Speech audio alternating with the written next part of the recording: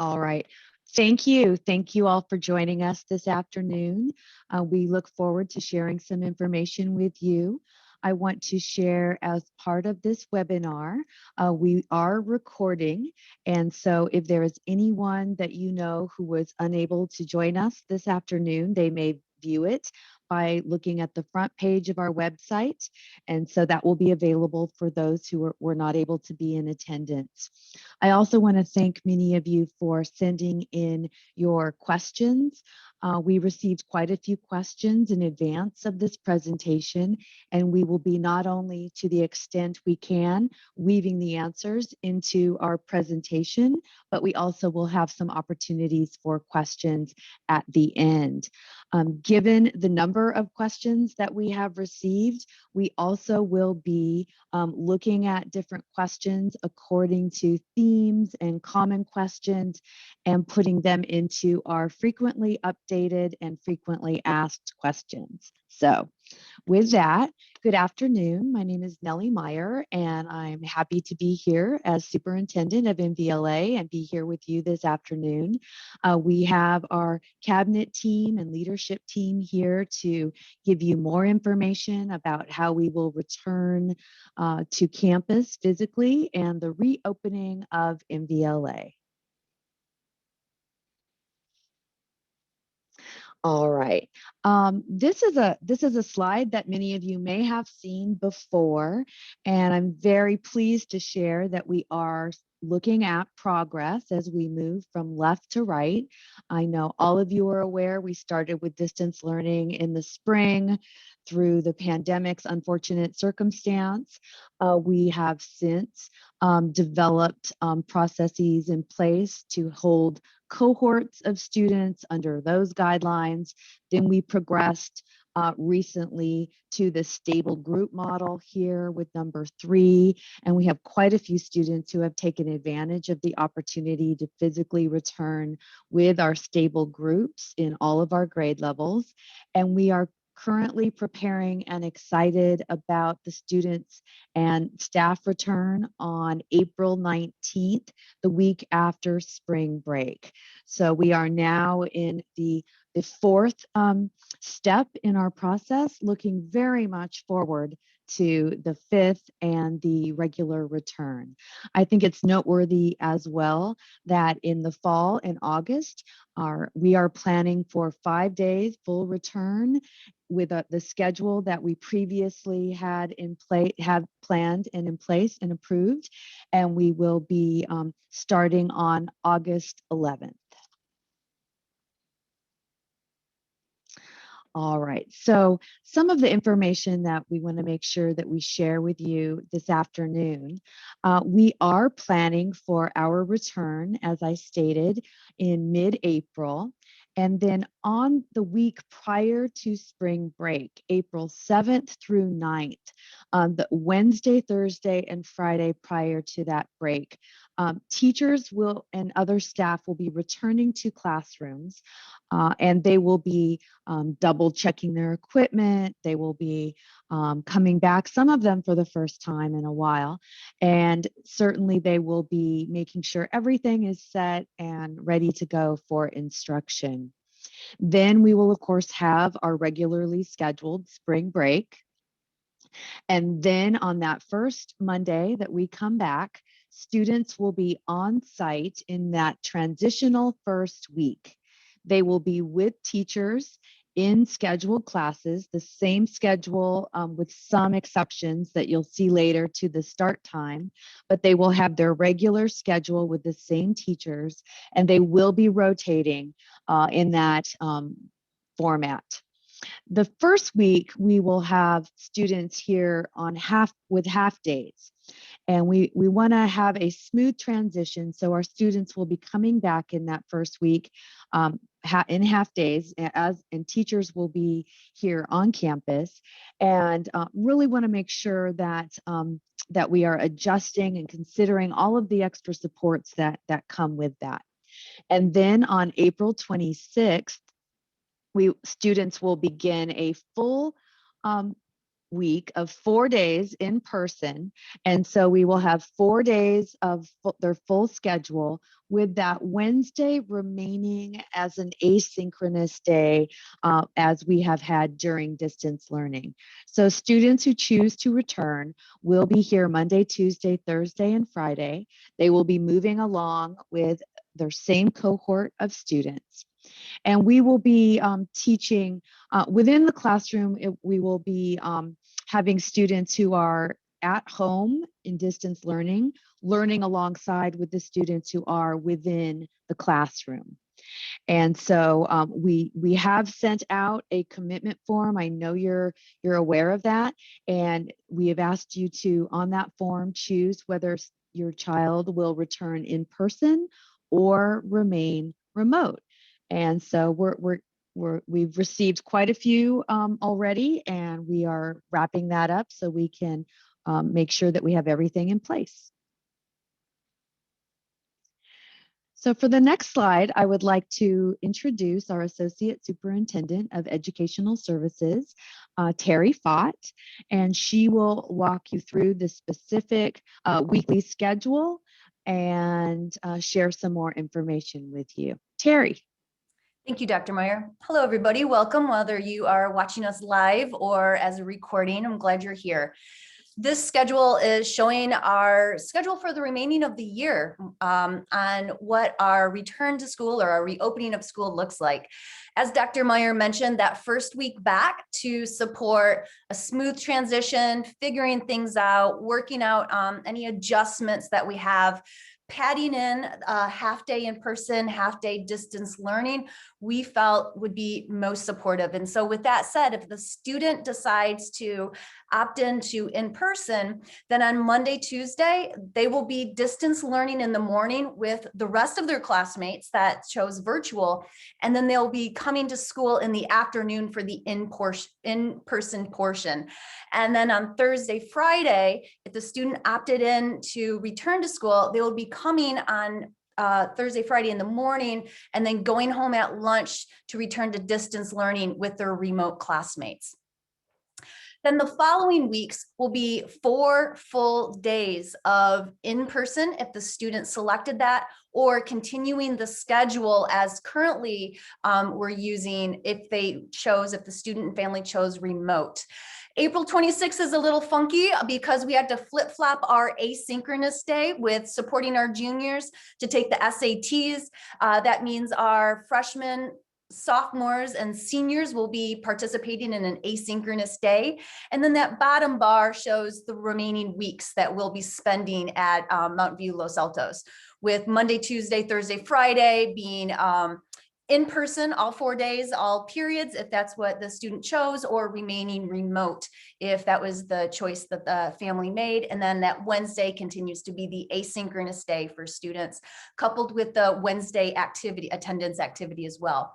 A couple questions came out around the schedule and the selection of in-person or remote that I would like to just fuse in with this slide. Some questions came up of, what if we selected in person and we ended up not wanting to really be in person? Can we change to remote? We do ask that the student and family make a serious commitment and decision about their choice of returning in person or not. We do understand that there may be some situations where the student who does select in person for the specific reason feels that it's not the best situation for them to continue in. If that's the case, we will support them to then turn back to distance learning or remote and remain that way for the rest of the school year. If the student selects to be remote, we will not be able to have them come in to the in-person at any specific time. So the switch can only be made if it's chosen from in-person to remote, not remote to in-person. We've had some questions of, well, what if we only want to come back 2 days out of the week, or we want to come back 1 day and stay home remote for the rest of the 3 days? I appreciate that question. However, this is a 4 full day a commitment that the student and family needs to be making to support the organization, the communication with the teachers and their lesson planning, as well as the safety and protocols on our campuses. The student needs to select, or I'm sorry, if selected the return in person, the student needs to commit to 4 full days. If we do see students that are starting to come 2 days and stay home 2 days and Zoom in from home, they won't be marked absent because they are attending class. However, we will have a conversation and ask that they just stay remote because they're not committing to the commitment that they made, which is 4 full days. There was a few questions that were also asked about teachers that are with doctor's note going to be teaching remote, and if there's a list that we could publish, somehow publicize who's not going to be returning in class. I do understand the curiosity, or for some people the need to know which teachers are coming back or not. Unfortunately, for privacy's sake, we will not be publishing a list as that. If your child would like to ask their teacher because that makes a difference in their decision, they can do that. But as a district or as a school site, we would not be able to publish any kind of list in that sense. In terms of the bell schedule and the teaching of the classes, students will keep their same teachers as they have now, regardless if they're remote or they're in person. The students will keep the same schedule of classes in the order that they have, first, second, third, fourth, fifth, regardless if they're remote or in person. If they come back in person, it will be a rotating schedule. So they will need to look at their schedule and find their room numbers, because come August 19th, they need to go from room 105 to room 310 to room 208 and follow that schedule of room locations. The bell schedule, which is what is in front of us right now, has shifted just a little bit from what we've been previously using, which is a 9:30 start time. As you can see in this bell schedule, we're starting at 9:15, and that allowed us to add a little extra time in between our passing periods.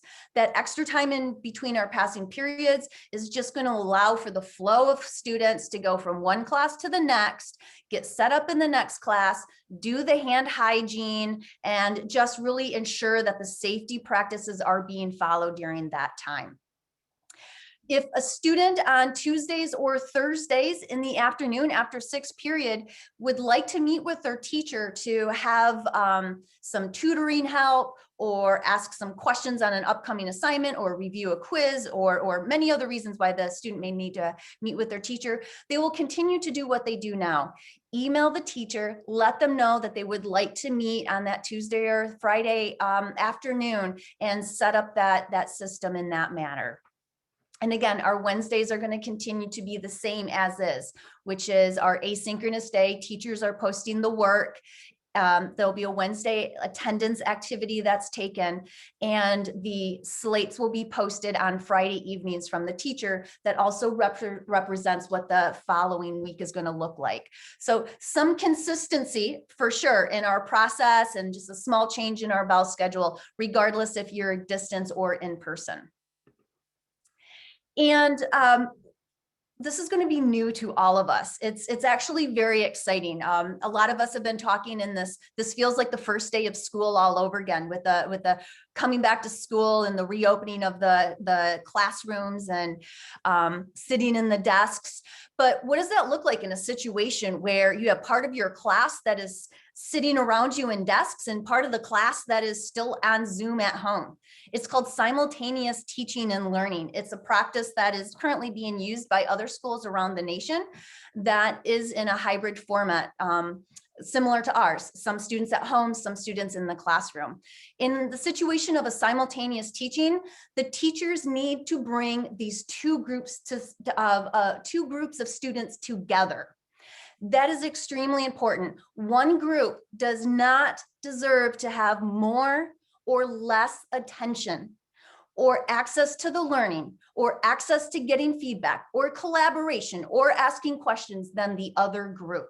And so having that equitable access to participate and learn with your peers and ask the questions to your teacher is provided by simultaneous teaching and using Zoom as the tool to bring the two worlds together. In simultaneous teaching, teachers are able, again, to engage both group of students.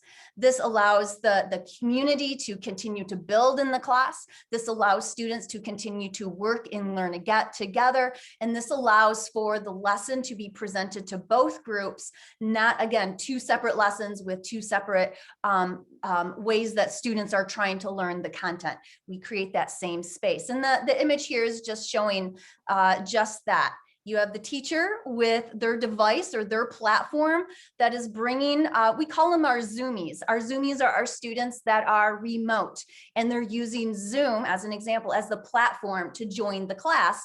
And we are calling our students who will be in seat our roomies. And so in simultaneous teaching and learning, we do bring our Zoomies and our roomies together so that they are learning. There's questions of, will my student in the seat be on Zoom all the time? Well, that really depends on what the lesson is and what the need is. Yes, there is going to be a time where the student, our roomies, will be on Zoom because they want to interact with their Zoomies. They want to interact with their classmates. We don't want to separate the two and have them never interact again for the rest of the school year. There's relationships that have been built that we don't want to sever. An example of what simultaneous could look like is the teacher starts the whole class off on Zoom. Good morning, roomies and Zoomies. Please join me. Why don't you throw in the chat how you're feeling today on a scale of 1 to 5, right? So we're using the chat feature. We're all together for the start of the lesson. We're collaborating. And then perhaps the teacher goes into a lesson.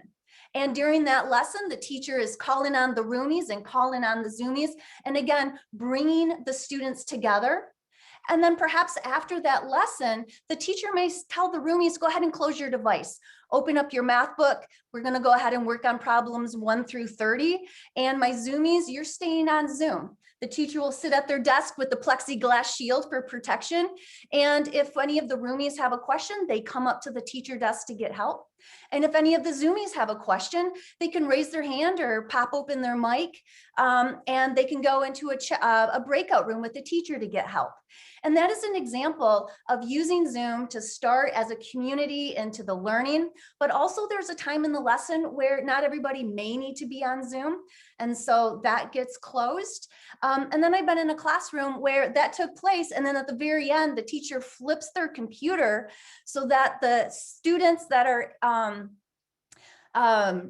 so that the Zoomies are now able to look at the full class, and then the student posted all the Zoomies on the screen, and so the roomies are able to see the Zoomies, and they close class together in that matter. So there's a variety of ways that a teacher could use simultaneous teaching with Zoom, but there will be times where the roomies need to be on Zoom. We want them to go into the breakout rooms with their Zoomies. Again, we don't want them to exclude, but there's times where using Zoom in the room is not going to be necessary for all teachers or all students. And so it'll really depend on what the lesson is and what the need is. What I really want to emphasize as well is that this we're not returning to traditional teaching and learning at this point. That is very important to understand if you are selecting for your for your student to return to school. We have students that are remote that needs to be brought in. The teacher is tending to both remote and students in the classroom. These are some images of simultaneous teaching that has been taken from various classrooms. And you can see in the pictures that we have our Zoomies with our roomies down here and the teachers facilitating a conversation. We have another where the teacher's up in front of the students and the device is capturing it while the roomies are paying attention. Another here, we have the teacher up in front of their computer. So that teacher is getting captured by the computer, the Zoom. So the Zoomies are seeing it. Students are on Zoom as well, participating, and then they all have the same screen in front of them. A variety of ways that this is being used, but we really need to remember selecting in person is still taking into account that we have our Zoomies that not only need to join our class, but they're not going to just passively watch a live stream. They're going to actively participate in the class, and that requires for our students in the class as well to be able to participate back. We don't want to forget our Zoomies. And if you're in this room and you selected to stay remote, we want you to be just as excited about April 19th as all of us, regardless if you're in person or remote. And we want you to feel that you are a part of this class and that your voice and your participation matters. This is an example up in the upper right-hand corner of pairing Zoomies and Roomies together. We are creating an inclusive classroom community during simultaneous learning, not exclusive of who's in what boat. And so there's times where our Zoomies will be partnered with our Roomies, and they'll be working on a project or a lab simulation or a partner pair share. Extremely important that our students that are home, that are watching and participating in class, are pulled into the lesson and able to participate with the students in the class at the same time. I hope that brings some clarification to what simultaneous teaching looks like, as well as what our Roomies will be engaging in. And then yes, Zoom will be a part of the classroom lesson. However, from some of the questions, I felt like I was sensing this kind of boring, I'm watching Zoom type of feature. And we use Zoom because we're bringing our two worlds together, not to be a passive participant, but to be an active participant. I gave a survey to the students on Wednesday, just wanting to know where they were at right now, right? This is where we're opening, lots of conversations, lots of questions, everybody asking everybody else, what are you doing? And with that, emotions are definitely heightened. So out of the Wednesday activity, this top box, I asked, how are you feeling about the April 19th returning? And this was for students who said, I'm returning to school only. And you can see out of this box, we have a large percentage of our students feeling nervous and anxious. We have a large percentage of our students feeling excited. We have some of our students feeling worried, a little bit sad, hopeful. We're all over the place. And this was a check everyone that applies to you. So some of our students had every one of these boxes selected, which says that there's a lot going on right now in their lives in this reopening. The bottom box, I asked for students who said, I'm remaining remote.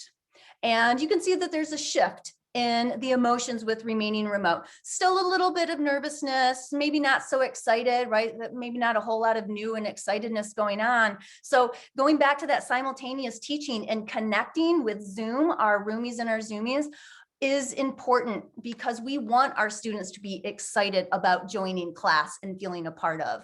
And in their case, you can see that there's a lot of students that just feel a little indifferent, and we want that that bar to slide down and that excited, hopeful bar to slide back up with our simultaneous teaching.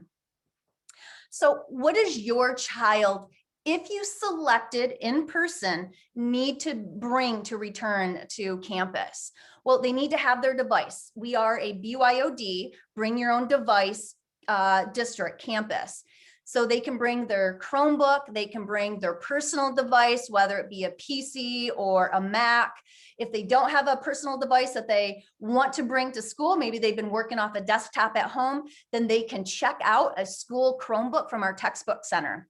They also need to have a charger. They most likely will be on and off their computer for a large portion of all their classes, which will then drain their battery. So they want to have their charger so that they can be able to plug in and charge their devices. We ask that they bring their headsets that have a mic with them. It's just as going to help with some of the hearing on their end. If they don't have a headset with a mic, we can provide them one, but we ask that students bring their headsets and mics. A backpack to carry their stuff. Per guidance, we're not allowed to use lockers at this point, and so students should have their belongings in their backpack. Mask on at all times above the nose, except while eating or drinking, and no eating or drinking in the classroom. That can only occur during lunch or break outdoors. So mask on, and I threw add a couple extras. I don't know about you, but there's a couple times where I take my mask off to eat, and next thing I know is I end up stepping on it or something like that, and having that spare could be handy. If a student comes to campus with no mask, we will give them a mask. Other materials that the teacher requests. You may have a teacher that asks that they bring their math book with them, as an example, that they know their room numbers for their classes. And this is an example. This is a screenshot from Aries that shows their classes, their teachers, and that room number. So they need to have that, whether it's a screenshot on their phone or written on their hand, but they need to know where they're going from room to room for their classes. And lastly, willingness to adhere to the safety guidelines. This is an honor and a privilege to be returning right now to our campuses. And it is extremely important for the safety of all of our students and our staff that students are adhering to the guidelines that we have asked in that commitment form. Wearing masks, hand hygiene, and social distancing while moving around campus and in the classroom, not moving your desk. And if students are asked or given warnings multiple times, we will then place them back in virtual learning, remote learning for the rest of the rest of the school year, where they're still accessing great lessons and curriculum, but also remaining safe for themselves as well as the students, as it has shown that there's some risk going on that we do not want to keep engaging with. And talking about safety, I'm going to have Mike Matheson just shed some light on all of the safety measures and mitigations that we have on our campuses. Well, thank you, Terry. Yeah, and this is just to speak to what we have in place, and when students return, the environment they'll find. This is an addition. We shared a similar slide with our staff to help them feel assured in terms of the mitigation and safety measures in place, right? And part of this timing, it's not on the slide, but part of our timing of reopening coincided with vaccination being available to all staff. And many of our staff have gotten that second dose of a vaccine or close to it. And on top of that are these layered mitigations and safety measures. Terry mentioned the face coverings, but it's worth repeating. Face coverings.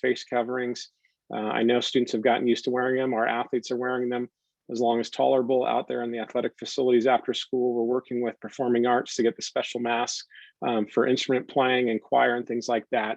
But still, we want to practice, face mask wearing and keeping everyone safe. The students will find the guidelines have changed, and so when they return to class, the desks are spaced such that the students could be 3 feet apart, right? And as guidance changed, we've had to adapt, and that's a recently updated number, which allows us to have more students in the classroom, which allowed us to be more robust in terms of the number of students and the frequency with which they return. And that's the classroom configuration of desks might differ depending upon where that teacher is gonna be the primary teaching station from. Perhaps behind their desk with their laptop computer, maybe at the front of the room using the whiteboard. Maybe they have we have many cameras available on a tripod if the teacher wants to be a little more mobile in the room. So every classroom might look a little bit differently.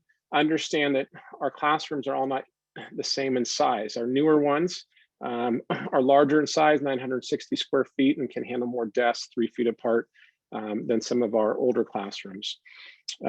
We have upgraded our ventilation measures. We installed MERV 13 filters many months ago in preparation for this, per the guidance. Every classroom is being outfitted with like a pedestal fan, like you might have in your living room at your home. That was an additional request from our teachers to have just one more opportunity to exhaust air out of the room. A clear plastic sneeze guard, which is really designed to be at the teacher desk for those moments, if comfortable, where a teacher and student might be interacting one-on-one up close. If a teacher is going to move about the room or move in the front of the room, all teachers will have those plastic face shields to layer on top of the mask that they will be wearing.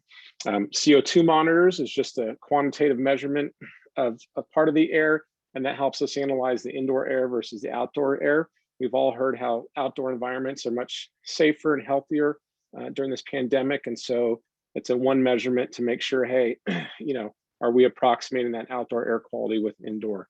And then important to note, the windows and doors will be open. So bring a jacket, perhaps not on a day like today, which feels more summer-like than spring-like, right? But especially in the early morning hours or class periods, we do want to have maximum ventilation, which means it could be a little chilly at times.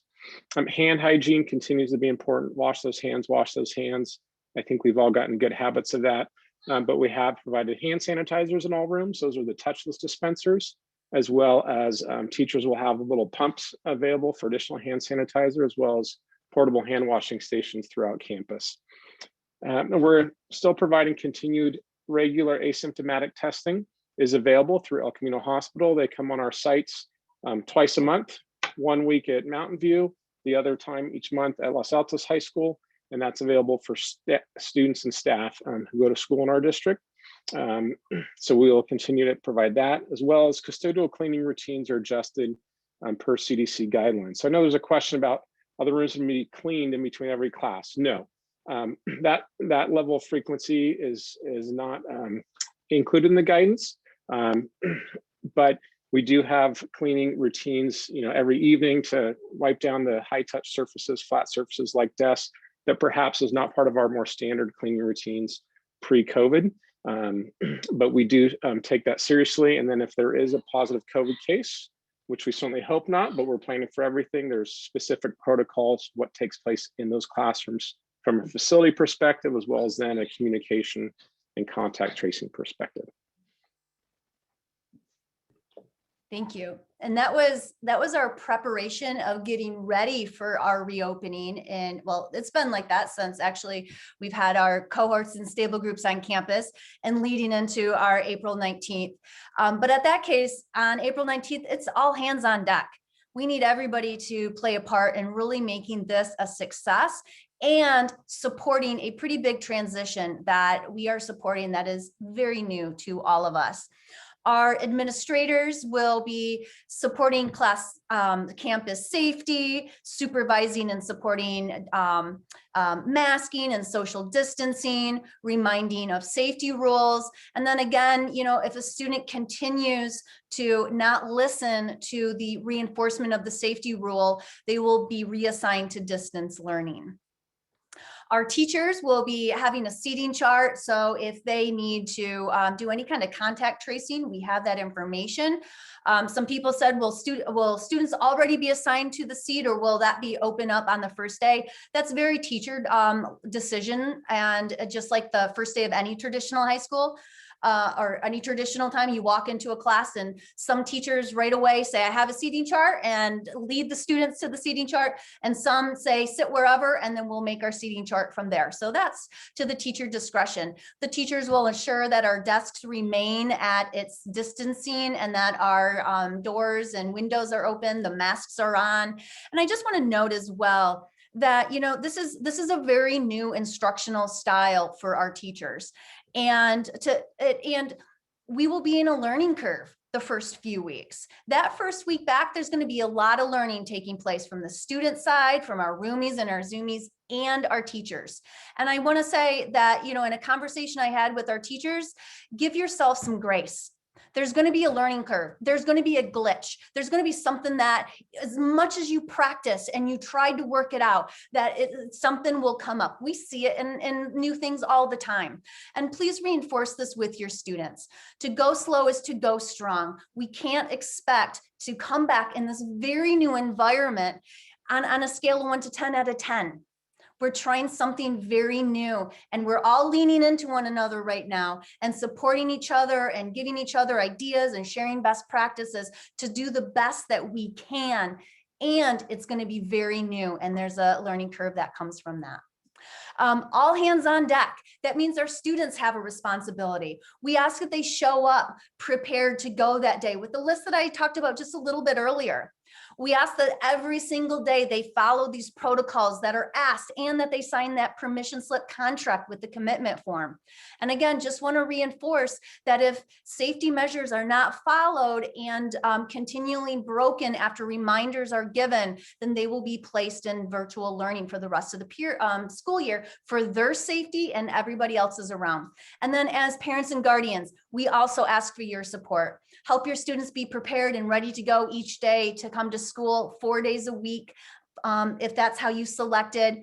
If you selected virtual, then support them in continuing to put their best foot forward and participate strongly in their classes, and have a discussion with your child about these safety protocols and making sure that their mask is on. And if their friends are all taking off their mask, reinforce to them, you don't do that, you leave your mask on. And if their friends are all hanging around and not following social distancing, all hands on deck. We need you to also have these conversations with your child about the importance of not putting 3 people in a car to run off to lunch. We're asking students stay on campus for safety measures just like that. And it is not safety if we have a group of students jumping in a car to go somewhere during lunchtime. That will be a warning that could result in going back to virtual learning. During this time, we cannot let our guard down of the safety precautions. Students who have selected in are relying on each and every student and parent to adhere to these guidelines. So please help us help you, and all hands on deck with supporting this.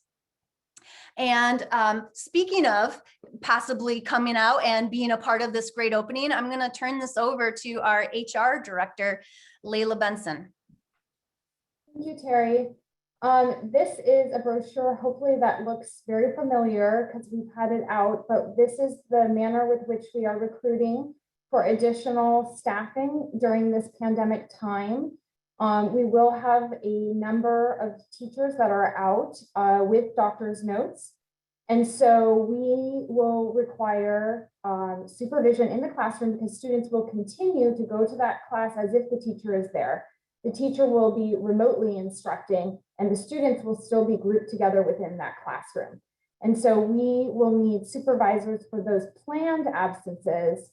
And then there is the reality that we must remind everyone that there is going to be an increased frequency of absences that we have to be prepared for, because if anyone is displaying any symptoms, as you know, the list of COVID-related symptoms is quite lengthy, then they will be needing to stay home and make sure that their symptoms are not COVID-related. So on any given day, we may have any number of absences.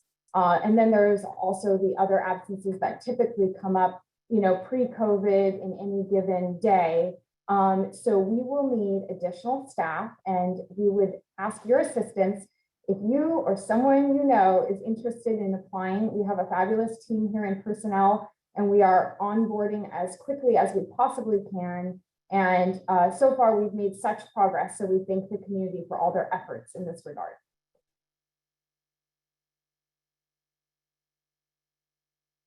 This is me again.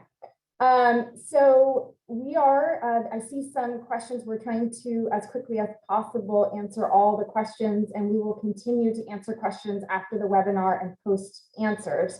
That testing is one of the questions that we were being asked, and we are providing testing. There are 2 ways that you can access the testing. One is that twice monthly on our high school campuses, there are El Camino comes and they do free of charge COVID testing.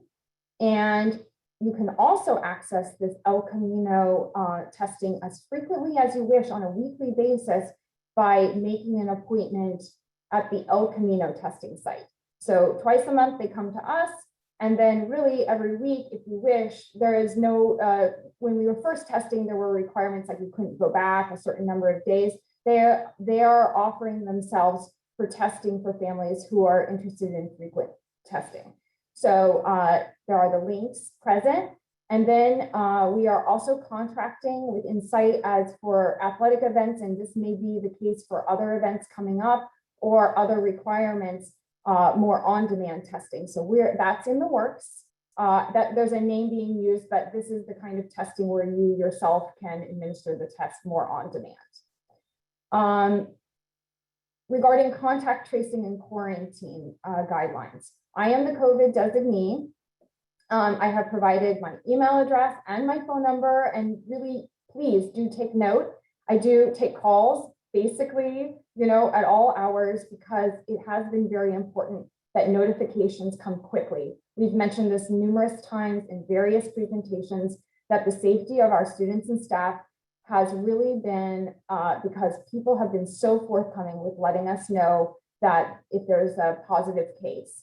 We want to thank you. We handle it extremely confidentially, but because we have people reporting with fidelity, we are able to do the contact tracing, the reporting, the closures, the notifications, and the containment immediately. And that has been instrumental in our success in really containing any potential outbreaks.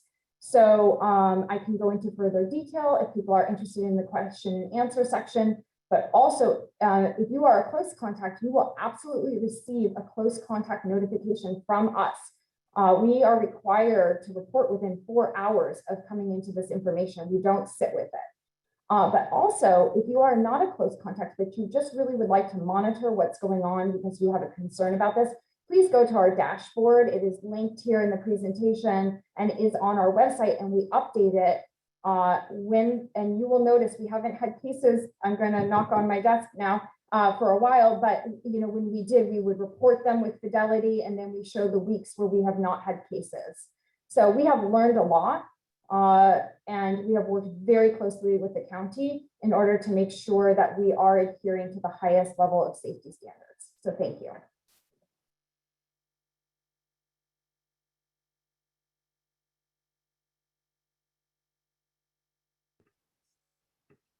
Hold on one second.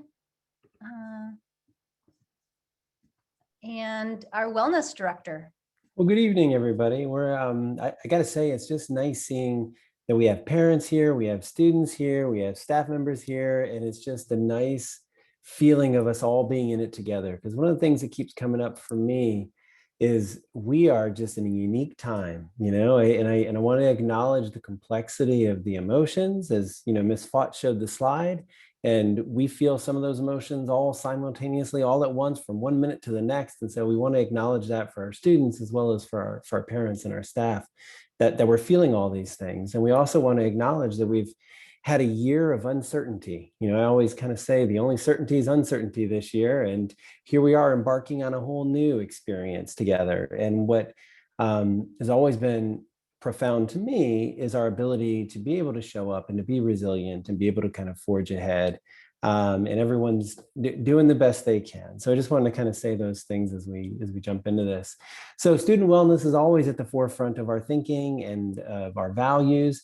And so we've kind of identified 4 different areas as we transition that seem to be some of the main themes. And so one is that moving from isolation back to community again. What is that going to be like for us? And so we're working with the teachers to have some community building ideas and activities. As Ms. Fall was saying, how do we link our roomies and our Zoomies and have that shared experience together? And so we work with our staff on that. Also with our student clubs, I saw some questions about student clubs, and whether you're a roomie or a Zoomie, like, we're all in it together. We have a lot of virtual events, as we move forward, hopefully some more in-person events as well. And so that's step one, is just really kind of coming back together as a community. And we're very excited about that. We've already had opportunity for some freshmen support over the last few weeks, and we look forward to continuing that. We're all adapting to new routines and patterns. We've been doing this for a year. And so we have some specific tips for returning to school in the lockdown, but we know that those new patterns and routines are also happening for you as a family. How are we as a family adapting to the new routines? And so really taking time with your student to find out what are the routines that are needed, and how can we collectively as a family build those routines together. We've been focusing on preventative skill building all year. We have a webinar coming up next Thursday at 7 p.m. with a doctor from Stanford and a therapist from Baca. And so we're excited about that. And it's focusing specifically, how do we create yet another new normal? How are we getting ready for the next step? And kind of, recapping some of those coping and those resiliency skills that we've been working on all year. And then finally, when we do need the support, what does that look like? Well, we have our therapeutic team back on campus starting on the 19th. We have our school-based services. It's been continuing all year throughout the pandemic. And there's some links that students can link on to get some non-crisis support. And where and when a student is really struggling, they can always come speak to an adult on campus or come talk to an administrator in the room. We're also compiling a group of resources for our reopening school guidebook, and so students and families will have access to those as well. On the next slide, we just have a slide that we've been pushing out to students in lots of different ways. That just has a nice quick version of some of our wellness resources. We have our emergency numbers, we have a referral form, we also have some preventative strategies and resources. We really want to highlight Dr. Nadine Burke-Harris's, our California Surgeon General's playbook. These stress busting tips in this playbook really kind of give us some of the basic building blocks of wellness. And so we always like to highlight that. And then over on the right side, the bottom right, are campus connections. We know that, being with our peers and interacting is just fundamentally one of the developmental tasks of adolescence. And so we really want to give our young people an opportunity to make these connections, whether it's virtual or if it's in person.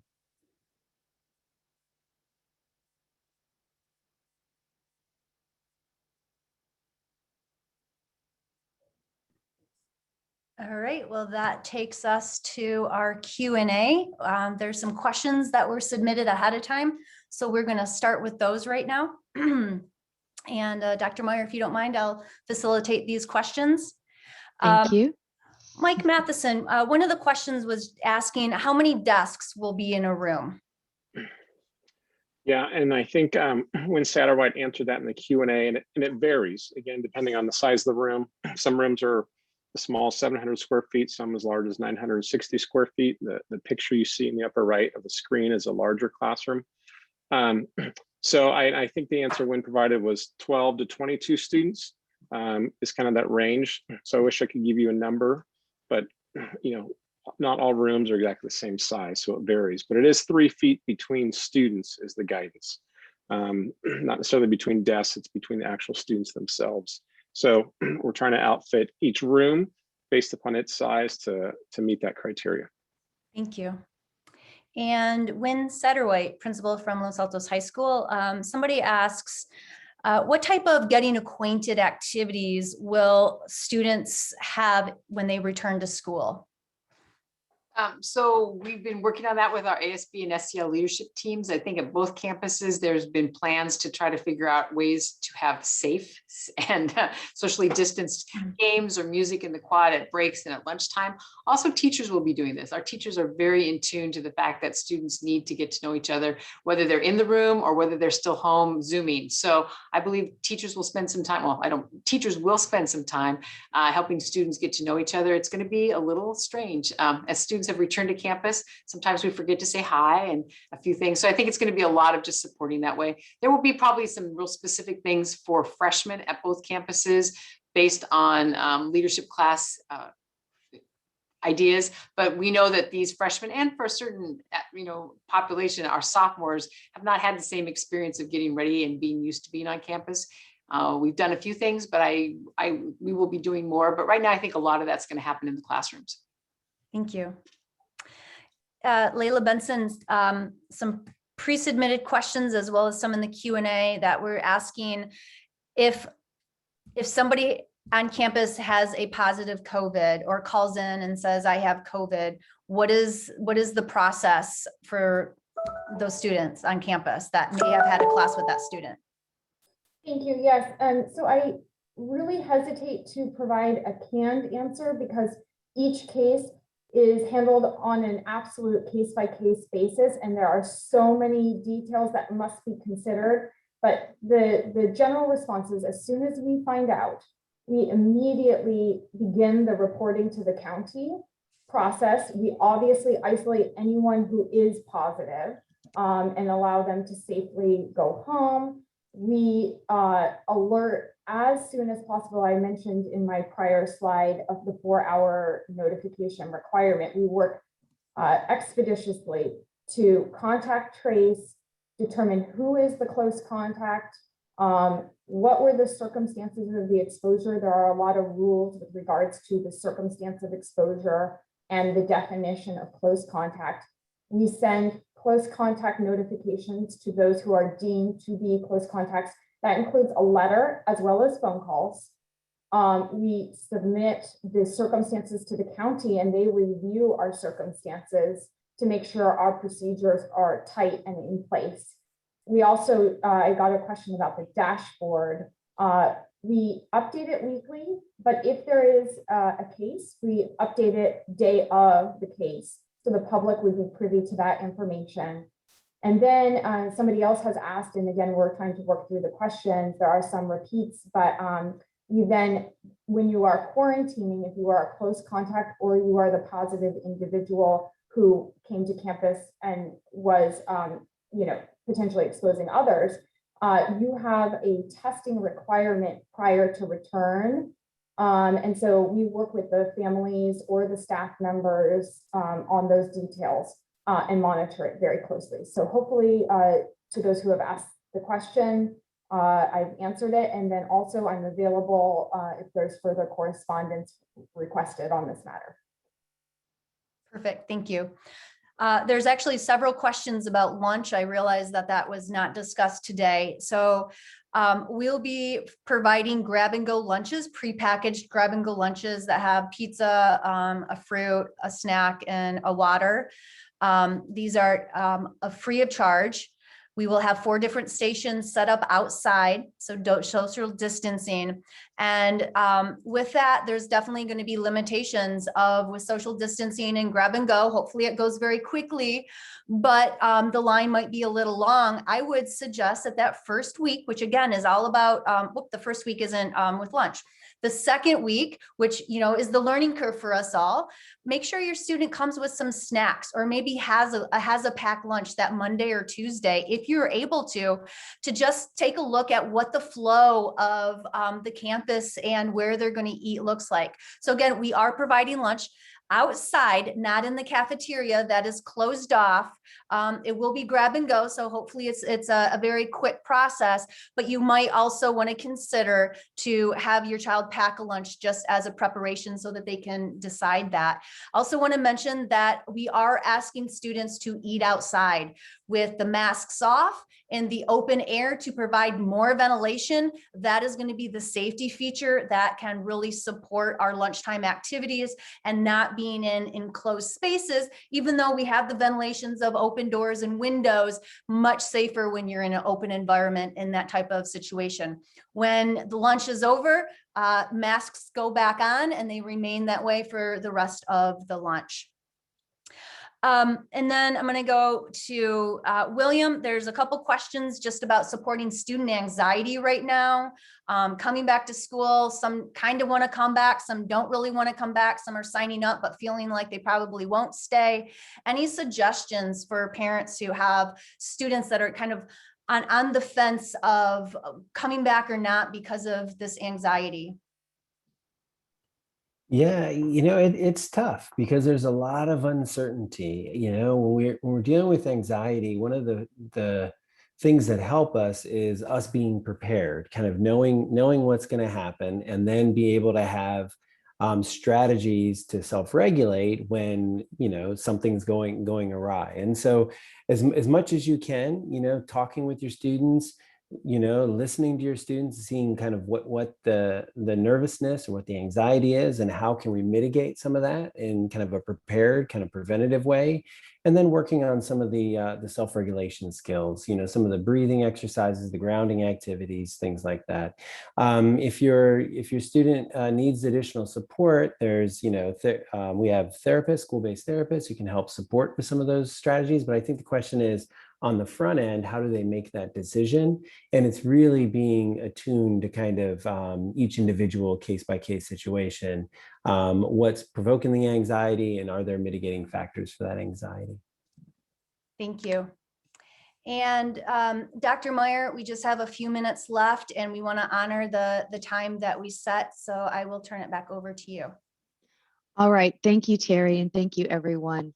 I do want to acknowledge that we have answered many of the questions in the Q&A, and we also received many from the emails that we sent out. So we do have those questions as well. I want to point many of you in the direction of our website. On the very front page, you will find our frequently asked questions, and they are updated regularly. And after each webinar, we put common themes and the big questions on that FAQ. As mentioned throughout this presentation, we also have a COVID dashboard where we keep track weekly of any incidents on our campuses via the regular day or after school. And then we also on that front page have updated return information. So if you have any questions, that's a great place to start and look. I also want to share that you hopefully are receiving regular letters and newsletters and emails. And one thing that we have been notified about is that when we send them out to everyone, sometimes they do go to spam. So I would say check your spam. We hope that you are receiving our information. Lastly, I definitely want to thank our Board of Education for their support as we work on our return plans. It really has been extremely appreciated. Our hardworking team, not only those who you see here on the panel, but the many who are preparing to physically return or are already here, as well as our students, our parents, and the community. So thank you so much for your time today.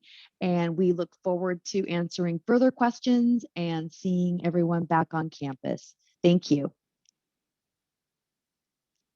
Bye-bye.